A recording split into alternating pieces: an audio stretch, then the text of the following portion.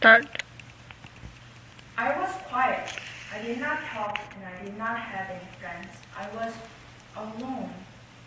Usually when people hear this, they say, "Oh, ask Jay," and try to confront me. But honestly, I enjoyed being quiet because it was hilarious to see people's reaction to my silence.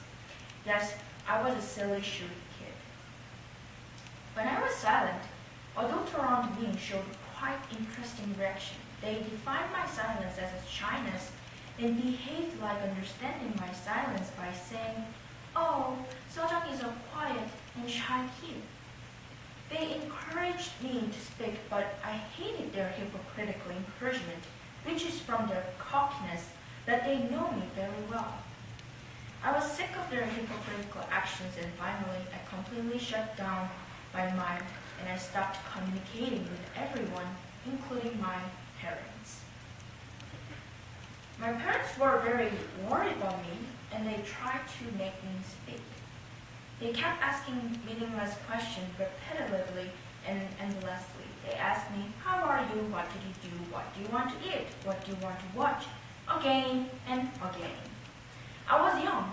I did not understand why my parents were asking so many lame questions about everything. So I decided to casually ignore answering those questions. I did not know that my cynical silence could hurt my parents' feelings. Next interesting group was friends. Actually, I did not have any friends at the time, so it's more proper to call them as people around me. At the beginning of the school year, they showed a little bit of interest to me, but they lost their interest quickly because of my silence.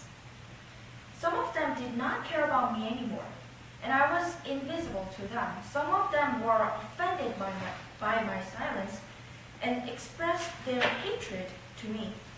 I realized that my silence could offend others, and I tried to break my silence, but I was still very quiet. I don't remember why I stopped talking. I did not have any certain event that made me stop talking. I just thought that talking is very tedious work. When I need to talk, I have to open my mouth and express my thought. And it's very frustrating when people don't understand it. So rather than talking, I decided to read. I was an inquisitive kid, so to get the answers without asking, I had to search answers by myself with books. Since my family have numerous amounts of books, it was not that hard to find books that I want to. For philosophical question, I read Dialogue of Plato, New Logic, Discourse on the Method. For questions about mathematics or science, I used my older sister's or father's textbooks. For entertainment, I read many fictions including Greek mythology, North European mythology, and some ancient fairy tales. Of course, I did not understand all of those books, but finding my answers from books was very exciting work. I was obsessed to gathering information. I questioned, answered, and thought in my silence. Then I wrote about my thoughts, and it was my only way to express myself to others. Being a silent person was a harsh time for my social life, but it was actually a very worthy time to expand my knowledge and thoughts. Although I don't remember when I started being silent, I know when I started talking. My silence was ended when I came to Hoardiness. Hoardiness school was a difficult place to keep my silence. I had to integrate with lots of people through academic, sports, and special programs. It was not always pleasant to break my silence, but at the same time, I was happy that I could communicate with others. I expressed my thoughts and feelings that I contained for years, and people acknowledged me.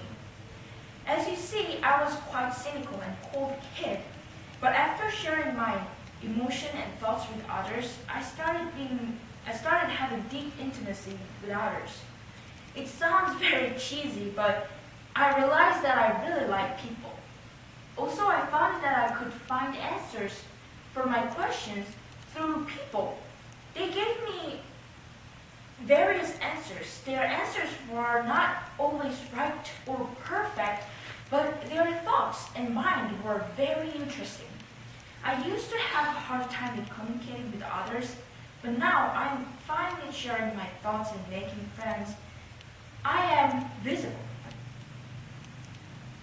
I'm having a better time after breaking my silence, but I still want to keep my silence somewhere in my mind.